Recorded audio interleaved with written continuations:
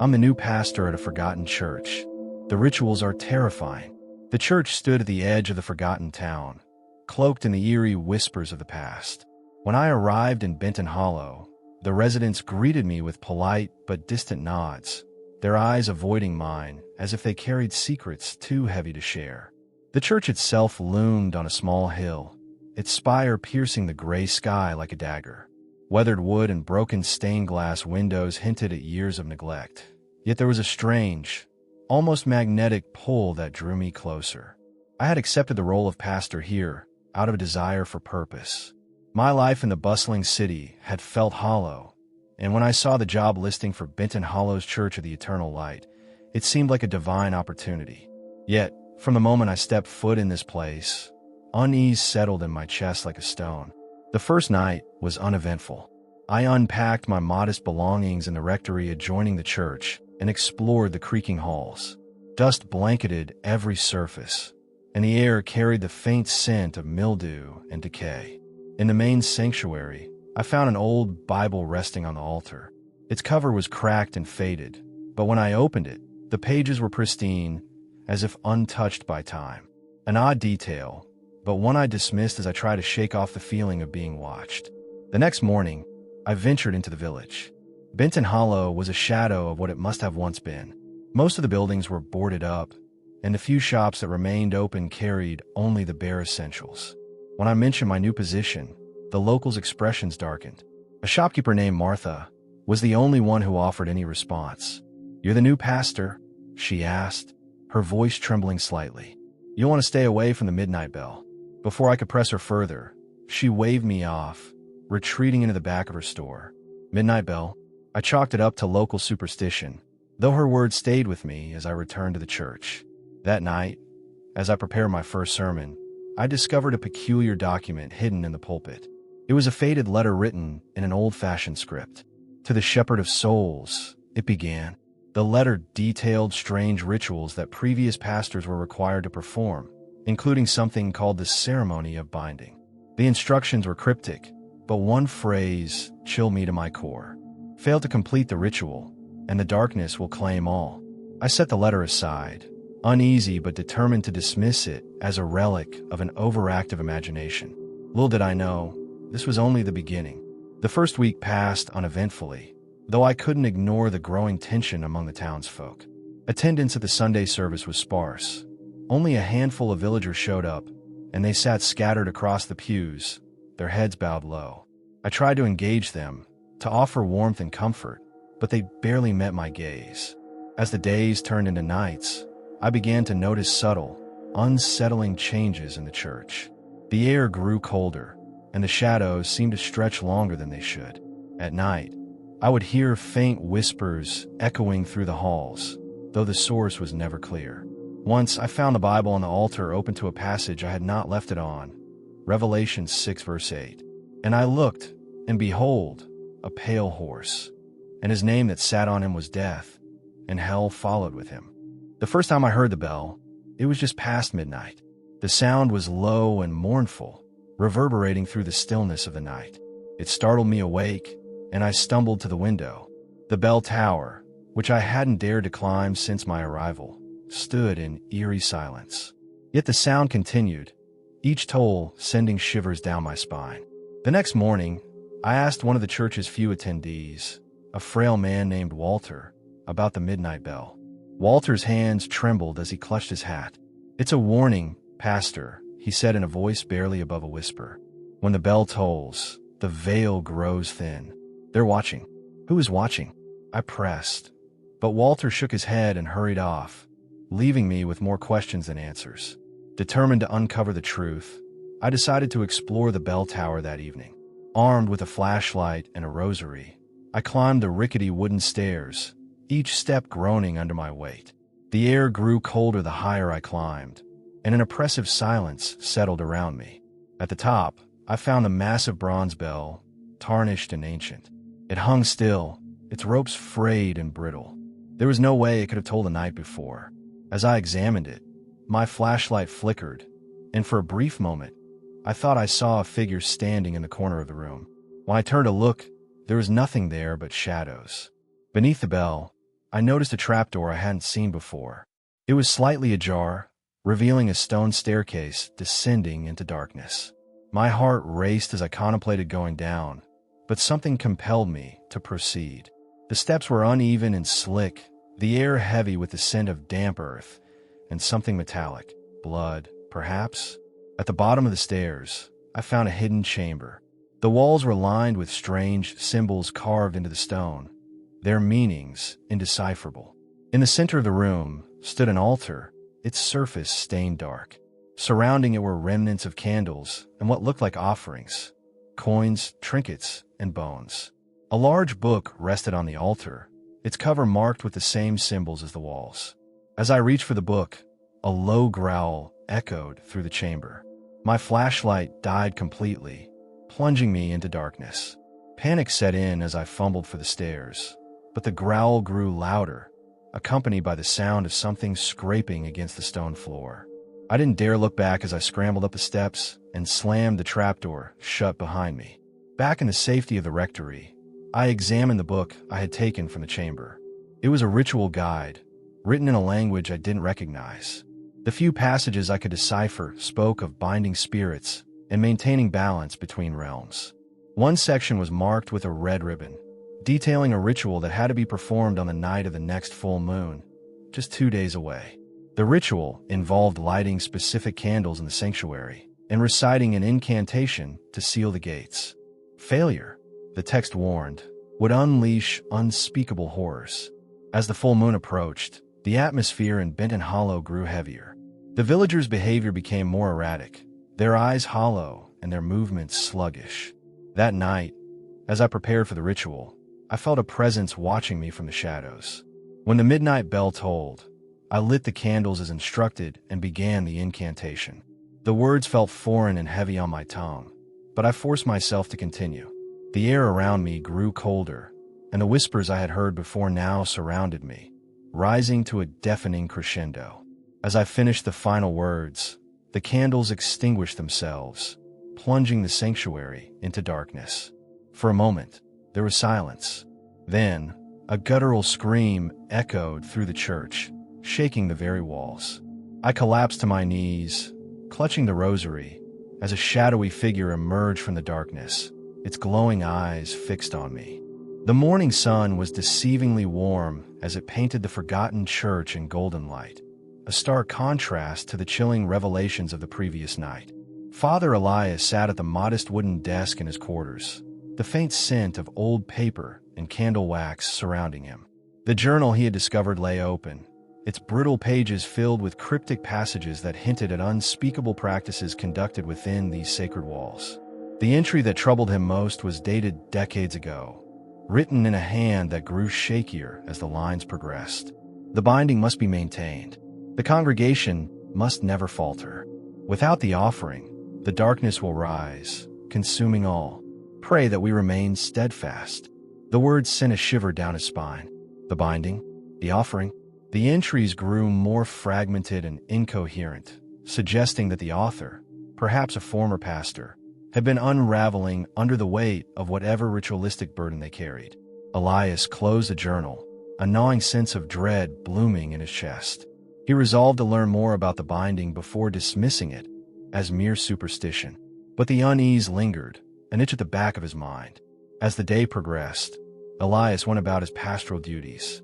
Despite the church's isolation, a handful of parishioners attended a brief morning service. They sat in silent reverence, their eyes avoiding the altar and their prayers whispered with a hurried fervor. After the service, an elderly woman approached him. Her frail figure was wrapped in a faded shawl, and her pale blue eyes held a mixture of sorrow and urgency. "Father," she began in a trembling voice, "I'm Agnes. I've served this church for many years. If I may, I'd like to speak with you in private." Elias nodded, sensing that her words carried the weight of importance. They retreated to his quarters, where Agnes's hands trembled as she clutched a rosary. "Father, you must leave this place," she blurted out. "It's not safe for you. It hasn't been safe for any pastor who comes here." Elias leaned forward, his brow furrowed. "What do you mean, Agnes? What is this binding? What are the rituals mentioned in the journal?" Agnes's face paled. "You've read the journal?" Her voice was barely a whisper. When Elias nodded, she crossed herself quickly, her lips moving in a silent prayer. The binding it's a pact. This town, Father, it's cursed. A long time ago, something dark, something unspeakable, took root here. The binding is what keeps it at bay. But the cost, her voice broke, and tears welled in her eyes. The offering, Elias said softly, his stomach sinking. What is it, Agnes? She hesitated, her frail hands gripping the rosary tighter. Each pastor must perform the rituals. Without them, the darkness will consume not just the town, but everything. The offering, she couldn't finish. Her sobs filled the room, and Elias's mind raced. Before he could press her further, Agnes abruptly stood. I've said too much. Pray for guidance, Father. But be warned, not all prayers are answered by light. She hurried out of the room, leaving Elias more unsettled than ever. That evening, the church seemed to breathe with a life of its own. Shadows lengthened unnaturally, stretching across the worn stone floors like grasping hands. The air grew heavy, carrying a faint, sulfurous odor.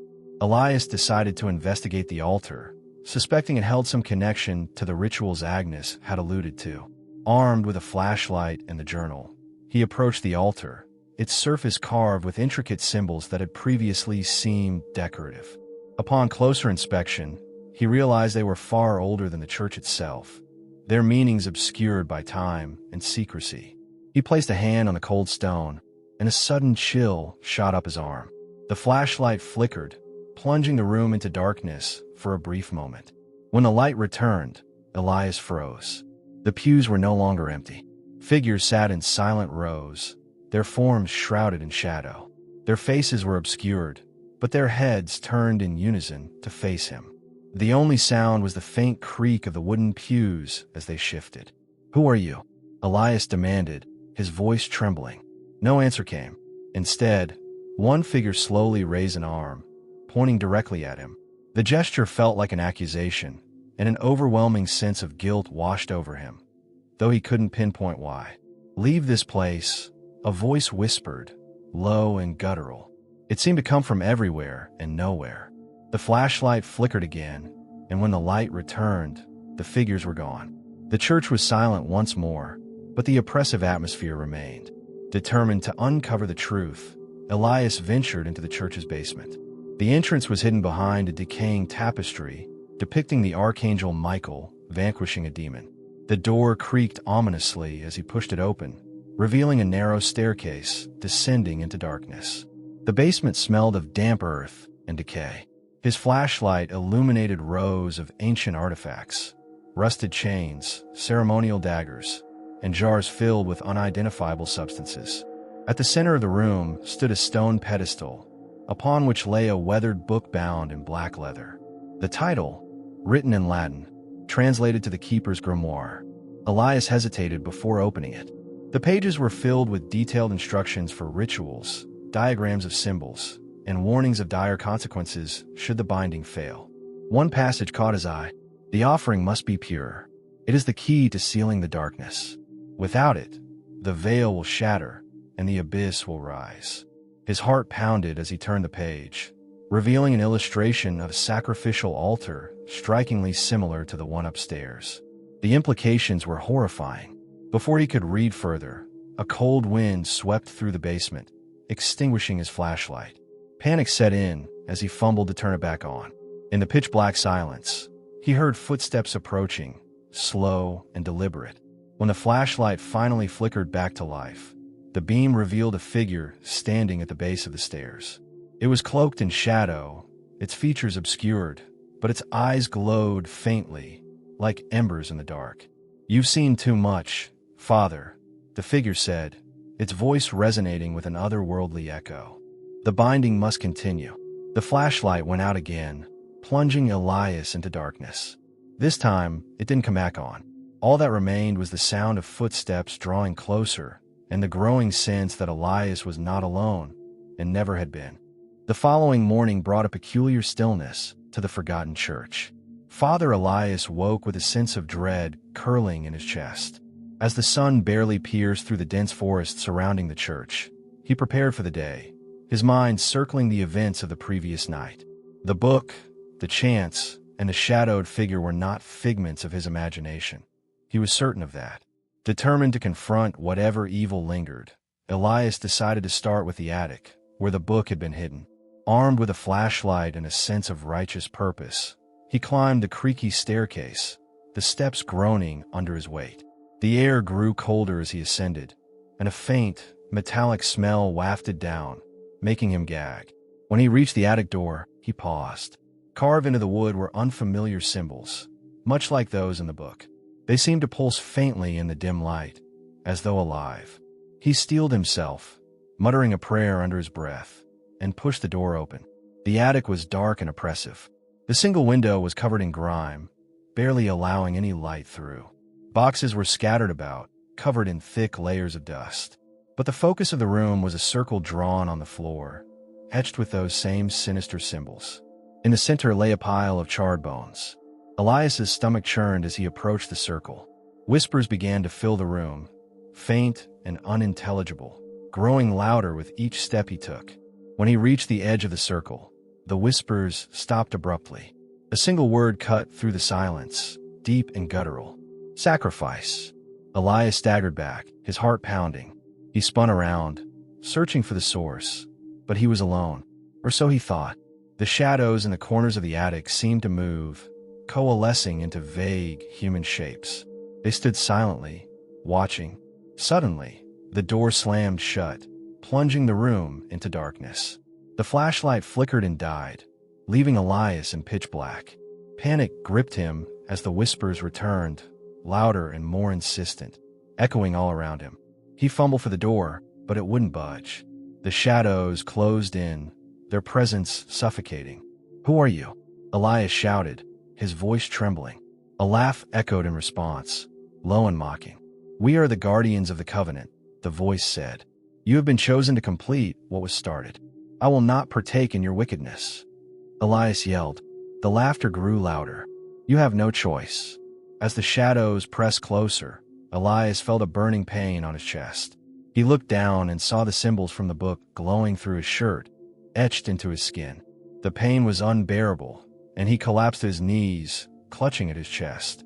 Suddenly, the pressure lifted, and the attic was silent once more. The door creaked open, and light flooded the room. Elias stumbled out, gasping for air, and collapsed on the hallway floor. When Elias finally regained his composure, he decided to confront the church elders. He needed answers. He stormed into the small rectory where they often gathered. To his surprise, all three were already seated, as though they had been expecting him. "Father Elias," said Elder Mathis, the eldest of the group, his tone grave. "You've seen too much. What is happening here?" Elias demanded. "What are these rituals? Why are their symbols burned into my chest?"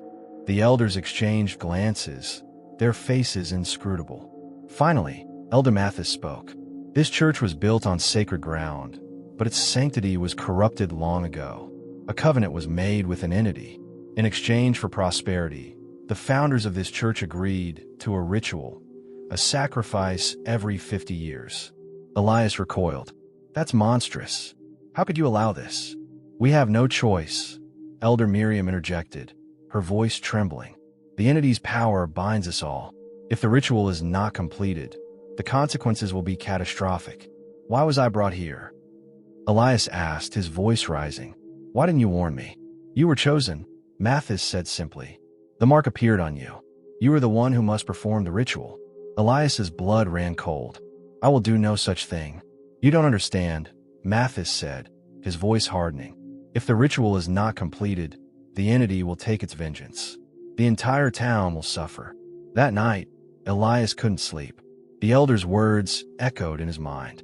The idea of performing a ritual sacrifice was abhorrent, but the thought of innocent lives being lost was equally unbearable. As he wrestled with his conscience, he heard a faint knock at his door. When he opened it, a young woman stood there, her face pale and her eyes wide with fear. "Father," she whispered, "please help me." She explained that her brother had disappeared a week ago. Strange things had been happening ever since. Animals found dead in the woods, strange symbols appearing on homes. She believed it was connected to the church. Elias felt a surge of determination. He couldn't let this continue. He decided to investigate further, starting with the basement of the church, which the elders had explicitly warned him to avoid. Armed with a lantern and his faith, Elias descended the stone steps into the church's basement. The air was damp and heavy, and the faint sound of dripping water echoed through the space. The deeper he went, the stronger the sense of unease grew. At the far end of the basement, he found a heavy iron door. It was covered in the same symbols he'd seen before. Taking a deep breath, he pushed it open. What lay beyond was a chamber that defied comprehension. The walls were lined with ancient carvings, depicting scenes of sacrifice and torment. In the center of the room was an altar, stained with blood both fresh and ancient. Candles flickered, casting eerie shadows that seemed to move on their own. Elias approached the altar, his heart pounding. As he examined it, he found a small locked box. He opened it with trembling hands and found a dagger, its blade blackened and its hilt adorned with the same symbols that haunted him. Suddenly, the room grew icy cold. The shadows on the walls began to coalesce, forming a massive, towering figure with glowing red eyes. The entity. Complete the ritual, it commanded, its voice echoing in Elias's mind. Or face the wrath of the covenant. Elias stood frozen, the dagger in his hand. He was faced with an impossible choice: commit an unspeakable act or defy a power beyond his comprehension. The church doors groaned open, their ancient wood protesting as I pushed through. Inside, the air was thick with the smell of wax and mildew. The dim light of the sanctuary, illuminated only by the flickering of tall, irregularly shaped candles, revealed a gathering I had not anticipated. The congregation, which had seemed sparse before, now filled the pews. Their faces were hidden under deep hoods, their bodies draped in black robes that blended seamlessly into the dark interior of the church. As I stepped forward, all heads turned in unison, their movements unervingly synchronized. My heart pounded as I approached the altar, where Elder Jacob stood, his arms raised high, clutching a tattered tome in his hands. The air was heavy with an oppressive silence, broken only by the faint whispering that seemed to emanate from the shadows themselves. Jacob's voice boomed. "Tonight, we fulfill the promise made centuries ago. Tonight, the rite of ascension begins." I froze, my mind racing. What had I walked into? What was the rite of ascension? I remembered the ominous carvings I'd seen earlier, the cryptic warnings etched into the wood and stone. My instincts screamed at me to leave, but my feet remained rooted to the ground. "Pastor John," Jacob called, his tone both commanding and sinister. "Join us." The congregation parted, creating a narrow path that led directly to the altar. The weight of their unseen gazes bore down on me as I walked, each step feeling heavier than the last. When I reached the altar, Jacob placed the tome in my hands. Its cover was made of cracked leather, and the pages within felt unnaturally cold. "You will lead the prayer," Jacob said, his eyes boring into mine. "Read from a book and guide us through the ascension." I opened the tome, my hands trembling. The text was written in an ancient script, the letters curling and twisting in ways that seemed almost alive. As I stared at the page, the words began to rearrange themselves, forming sentences in a language I could barely comprehend. Yet, I felt compelled to read aloud. "Ex tenebris venit lumen." I began, the words tasting foreign and metallic on my tongue. "Et lumen tenebris devorabit." As the chant escaped my lips, the candles flickered violently, their flames elongating and casting grotesque shadows on the walls. The congregation echoed my words in a chilling monotone, their voices blending into an eerie harmony. The temperature in the room plummeted, and I could see my breath crystallizing in the air. Suddenly, the ground beneath the altar began to quake. The stone tiles shifted, revealing a hidden trapdoor.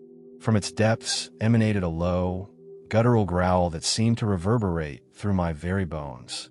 A chill ran down my spine as the trapdoor creaked open, revealing a spiraling staircase that descended into darkness. Jacob stepped forward, his expression one of reverence and dread. "The time has come." He gestured for me to descend, and the congregation began to chant louder, their voices growing more frenzied. I hesitated, but Jacob's hand gripped my shoulder with surprising strength, propelling me forward. The staircase was narrow and steep, the walls slick with moisture.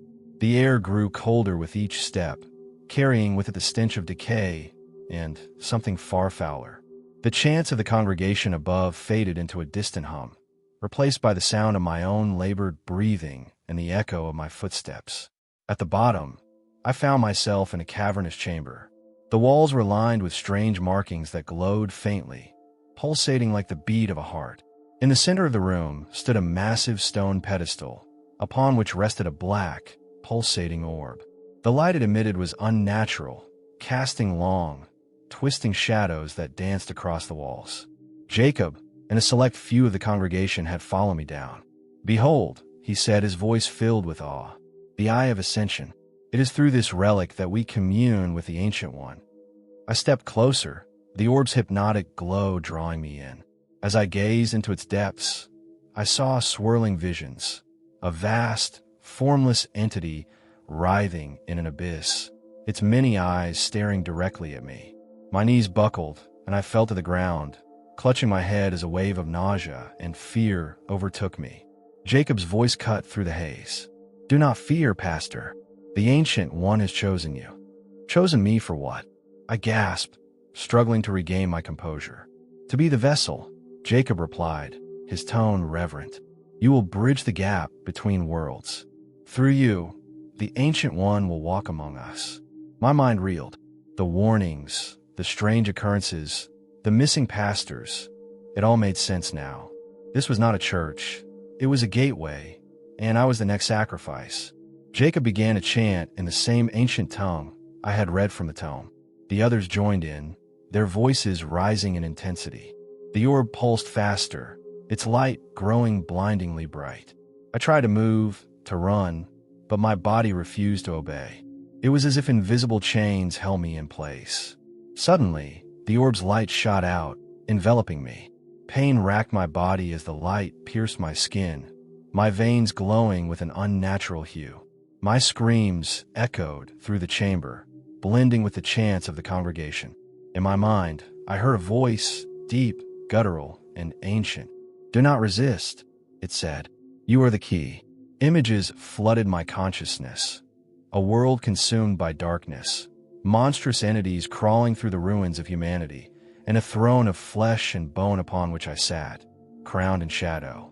The vision was both terrifying and seductive, promising power beyond comprehension, but at the cost of my very soul. With a final surge of strength, I broke free from the orb's grasp, collapsing to the ground. The light dissipated, and the chamber fell silent. The congregation stared at me, their faces filled with confusion and rage. "You have defied the Ancient One," Jacob hissed, his voice dripping with venom. Before he could act, a deafening roar erupted from the orb. Cracks spread across its surface, and dark tendrils began to spill out, writhing and lashing at everything in their path. The chamber shook violently, and chunks of the ceiling began to fall. "The ritual is incomplete." Jacob screamed, his composure shattered. "We must flee," but was too late. The tendrils seized him, dragging him toward the orb as he screamed in terror.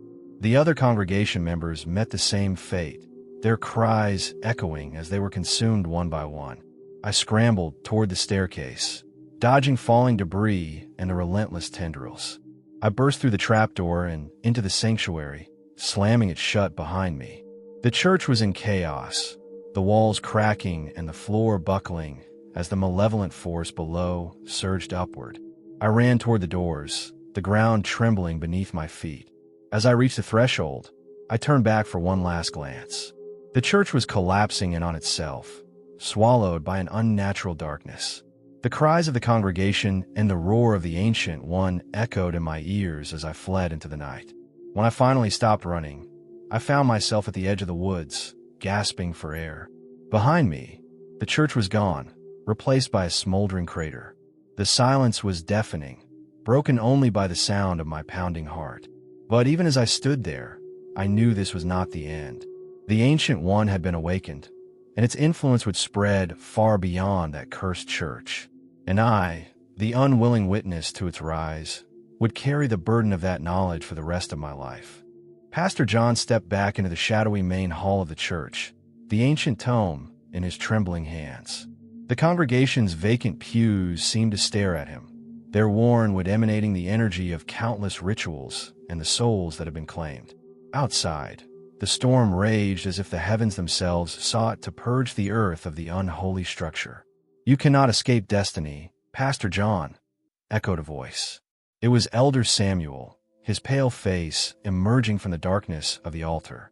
His eyes glowed faintly, an unnatural hue of gold, as if lit from within by some otherworldly fire. The rite must be completed. John's resolve was steel.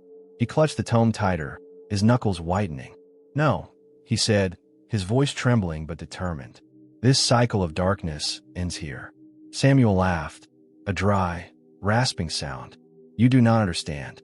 This church is not just a place. It is a gate, a passageway to keep the Ancient One bound. Without the rituals, without the blood, the barrier collapses, and the world will fall." John took a hesitant step forward. "And you think slaughtering innocent people is the answer? There has to be another way." "There is no other way," Samuel bellowed, his voice shaking the very walls of the church. The storm outside responded, lightning flashing through the cracked stained glass, illuminating his twisted visage. "This place is a seal. Without it, the beast will rise again." As if to punctuate Samuel's words, a deep, guttural rumble resonated from beneath the church floor. The very foundation trembled, and John felt the horrifying realization sink in. Whatever was imprisoned beneath them was waking. John opened the ancient tome, its pages alive with moving text and symbols that seemed to breathe with malevolence. They writhed and twisted, the words almost taunting him. The last chapter was clear. It described the final ritual in detail. Yet, something about it felt wrong. His heart sank as he realized the instructions called for the ultimate sacrifice, the life of the current pastor.